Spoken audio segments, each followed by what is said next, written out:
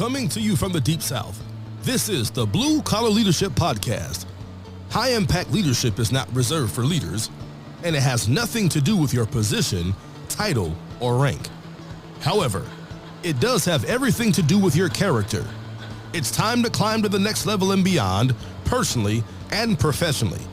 Now, let's start making it happen with your host, Mac Story.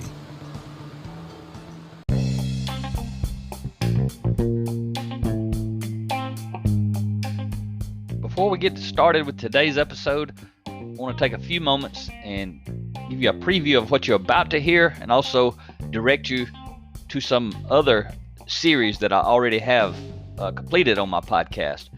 So you're about to listen to Blue Collar Kaizen, Leading Lean and Lean Teams. You're listening to a 30-part series on that. Today's episode is just one of 30. It's specific to lean leaders, lean managers, anyone who's leading teams of people through process improvement and continuous improvement projects, Six Sigma, those kind of things. It's not about the tools and the methods and all that. It's about how to lead teams of people. So any leader, anybody at any level can get value from this. But I just want you to know that's what this series is about. It's about that specific book. So hope you enjoy it. But I have some other series that may interest you if this series does not. Got a lot of episodes already out there. But I have a book called Blue Collar Leadership, Leading from the Front Lines. It's all about how to become a high-impact individual, how to become a sought-after employee of choice, an employee that people want to hire and want to promote. That series, there's a 30-part series, starts at episode 65. I have another series on my book, Blue Collar Leadership and Supervision, Unleash Your Team's Potential. That book is for leaders, formal authority leaders who want to learn how to effectively lead people. That series, 30-part series, starts at episode 111. I have another series. It's an 11-part series on my book, 10 Foundational Elements of Intentional Transformation, How to Become Your Best Self. That series starts at episode 158. I have another series on my Blue Collar Leadership and Culture, the 5 components for building high-performance teams. That book is really for the top leader, and it's how do you become the sought-after employer of choice. It's a 30-part series. It begins at episode 179. My wife Rhea and I, this year in 2021, the theme for my podcast this year was all about change. That's why I'm doing this series on Blue Collar Kaizen, Leading Lean and Lean Teams, because it's all about leading teams through change. But we have a 15-part series we recorded together on our book, Change Happens, Leading Yourself and Others Through Change. That series starts at episode 211. And then this Blue Collar Kaizen, Leading Lean and Lean Teams series, the one you're about to listen to, one of the episodes of, it started at episode 230 and will be a 30-part series. So it's going to take a little while to finish it. Hope you find value in some of these series. Let's get to today's podcast.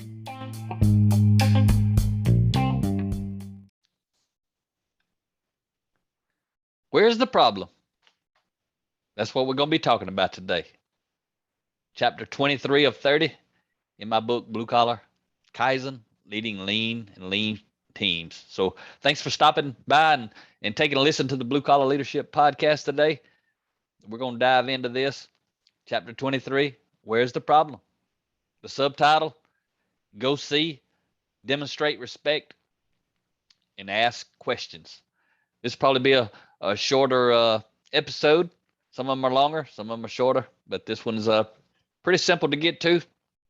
But the title of this chapter is actually a question. I used to love to ask this question when I was leading lean teams. Where's the problem? So we're going to talk about it, but let me give you a quote from Jim Womack, and he's played a big role in lean. He's written a lot of books. A lot of people quote him, reference him. He said he had this to say. He says, lean managers pose questions to their problem owners about the nature of the problem and the best available countermeasures. Doing this automatically transfers responsibility for the problem closer to the problem. I'm going to read that one more time. Lean managers pose questions to their problem owners about the nature of the problem and the best available countermeasures. Doing this automatically transfers responsibility for the problem closer to the problem. That's a pretty powerful way. And he uses the term lean managers. I like to talk about lean leaders, but it's the same thing. It's just, semantics, choice of words, play on words. But anyway, I want you to know this right up front. Questions are a leader's best friend. Questions are a leader's best friend. And one of those questions is, where's the problem? It's a great question to ask Kaizen team members when they're stuck and can't find a solution. I remember, I've led so many teams, and so many times they get hung up, they get stuck. And soon as I realize they're stuck, I ask them, where's the problem? Where's the problem? Or they start blaming someone else. Where's the problem? And it didn't take long each week of me asking that and then explaining what I meant by that, because eventually we get to where the problem really was. And most often they don't know the answer, or didn't know the answer when I would ask them that. But most often the problem was in the mirror, their mirror. They were usually the problem. The way they were thinking, or the fact that they were not thinking, was the problem. They just didn't know it and hadn't thought about it, because they were looking out the window for someone else to solve the problem, or for someone else to blame. But you can also ask, where's the problem, when the team's attempting to search for the root cause while sitting in an office or looking at a computer. So many times, especially when a lot of the white collar office folks were involved in these lean manufacturing events, and some of them have their laptop out, or we'd have a computer in the room up and going, and we start asking questions, and people want to start pulling up things on a computer, files and reports and spreadsheets and charts and all this stuff to tell me what was going on. And I already knew most all of that was based on bad data. I've been around manufacturing long enough to know people are busy. Things are not updated. Most people are trying to do all they can do to keep up with changes that have to happen, new products, new orders, and they don't have time to go back and update everything in the history of the company that's still in the computers. That's just not going to happen. And so I always want to go to the root cause. I want to go see, like Jim Womack says, that the subtitle of this chapter, go see, demonstrate respect, and ask questions. I learned that from Jim Womack. Go see is what I want to do. But a lot of times white collar folks, they don't like to get out of the office and go out into the manufacturing plant or go to the job site. They try to do everything they can do to stay in the office. I don't understand why, other than it's usually air conditioned, or if it's warm in the winter, or it's clean. I don't know. But it's hard to get some of those folks out of the office. But my mission was always, where's the problem? And I meant literally, where was the problem? Let's go talk to the people. Talk to the people that's close to the problem. Not to the people who had the spreadsheets and the charts and all that kind of stuff. I wanted to go where it was happening. So you should ask the question because you want them to go where the problem is happening in an effort to figure out the root cause of the problem with those who are closest to the problem. Said that a couple of times, but I want it to stick. Get out of the office. If you're a lean leader, don't allow people to sit in the office, figure out what's going wrong, when all you got to do is walk out and talk to some people who are involved in the problem. That's just common sense. It's crazy that people resist that. It's like it ought to be automatic. But like I talk about in some other books, common sense, not always common. To do what's commonly understood often requires uncommon sense. That's what I'm trying to help you have here as a lean leader. And this one little question, it can irritate some people. It can make some people laugh, but it definitely is going to provoke thought. And hopefully it's going to provoke action where we get up and we go. Go figure out what's going on. If you want to find out what's really happening and what's causing it to happen, you must go to the Gemba. If you're not familiar with that word, Gemba, Gemba, it's just another one of those Japanese words. And lean is, based on a lot of the stuff Toyota does. So there's a lot of Japanese words in there. But all it means is the actual place where the work happens, or where the problem is occurring. Again, my question, title of this chapter, where's the problem? Go to the Gemba. Go to the actual place. You want to learn what's going on, go get all up in the middle of it. The best leader I ever reported to, Jim Nerault. He was a plant manager in a manufacturing plant I was in the last few years that I actually worked in during my 20-year manufacturing career from 1988 to 2008. The last 3-4 years I reported to Jim, and that's one of the things I loved about Jim is Jim as a plant manager, he didn't need someone to tell him to go to the Gemba, to go to the actual place to figure out where the problem was happening. Jim would go around and grab other managers reporting to him, his staff managers. He'd go around, knock on the door, get them out, and say, come with me. They'd go get all in the middle of it. I loved it because Jim was actually solving problems. The previous plant manager, he was the type want to sit in the office, look at the spreadsheets, look at the charts, talk about all the stuff, come up with a plan, and then do the same thing next week or next month, and ain't nothing happened. Ain't nothing changed. That wasn't Jim. Jim made stuff happen, and he did it because he wanted to know where the problem was, and then he went and got all up in the middle of it.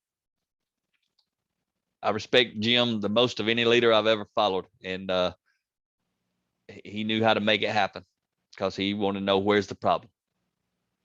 So whenever you ask questions during a Kaizen event, you should often follow up after you get the answer with another question. So this is just questions in general. Whenever you're just asking someone a question and you get an answer, and it's really important, especially if you're the lean leader, you're the consultant, or you're just simply the leader of the team, and you're going to make decisions and facilitate decision making based on that answer being accurate. Because what I figured out really early on leading lean events is a lot of people don't go to the Gemba. They don't go to the actual place. A lot of people who are answering your questions are people who don't go to the source of the problem. They don't go find the root cause. So I quickly learned whenever I ask a question, someone gave me an answer, I'd ask them, do you really know, or do you think you know? Because I knew a lot of people were telling me answers to questions based on what they thought they knew, not what they actually knew.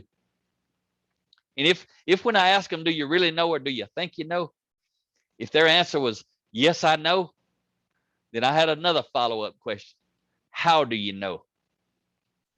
And when I asked, how do you know? That's when I knew I was about to find out if they really knew or they thought they knew. And if they thought they knew, we about to go find out for sure. If I had confidence, if they say, well, I walked out there and I talked to this person and that person, and I did some research and I followed it down the rabbit trail, then I got pretty good confidence. But if they start, when I say, how do you know, and they start telling me about charts and reports, or somebody told them, or, we're going to go see. It's pretty easy to know if you ask those set of questions. Do you really know, or do you think you know? And then if they say, yes, I know, how do you know? Another thing I'll always ask teams is, and I have to teach them this up front, I always want to ask people, why? And I'm always asking because I want to know, I want to learn. So I would always teach the Kaizen teams up front. I had to teach them so they wouldn't become offended, because I would teach them like this. I would say, when you ask a person why they're doing something, or I should say, when a leader comes out or comes up to you or walks out on the shop floor where the people are working, when a leader goes up to a person and asks them why they're doing something a certain way, what do the people usually think? What do they usually think this going on? And most of them say this real quick. They either think they're doing it wrong or they shouldn't be doing it. Most people will tell you when a leader asks them why they're doing something, they think the leader thinks they're doing it wrong or they shouldn't be doing it. And so the leader's, preparing to blame them or correct them.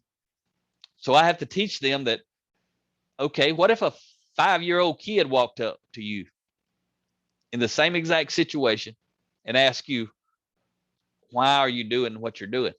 Why is that kid asking? And everybody always instantly says, well, the kid wants to learn. That's why they're asking. They want to learn. So I have to teach them. When I'm asking you why, I'm the 5-year-old kid. I'm not the boss looking for somebody to blame or somebody to correct.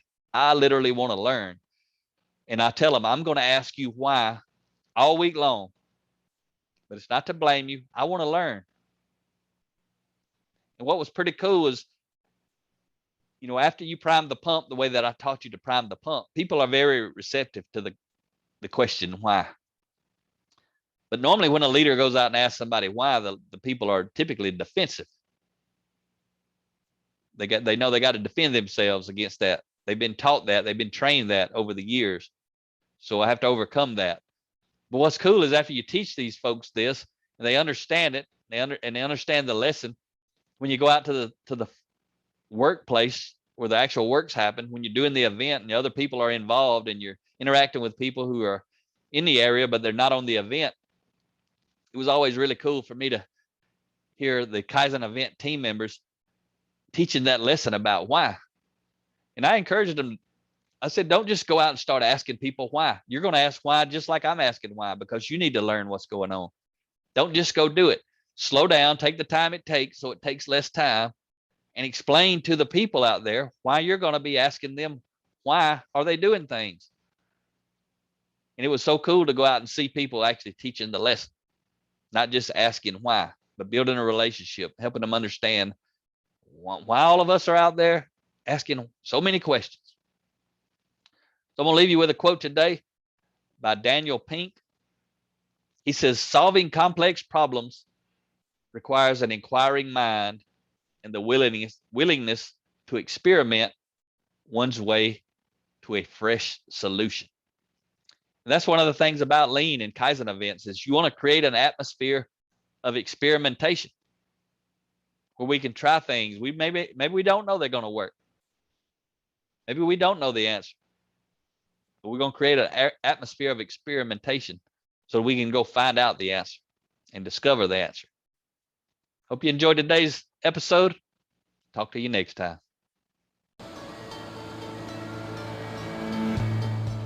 Make it happen or someone else will. It might as well be you. Are you serious about taking your career and your life to the next level and beyond? Check out Mac Story's Blue Collar Leadership series books and others, now available on audio, along with paperback and ebooks at Amazon, iTunes, and Audible. Please visit bluecollarleadership.com to learn about Mac's books, programs, special offers, certifications, and more. Thank you for listening to the Blue Collar Leadership Podcast.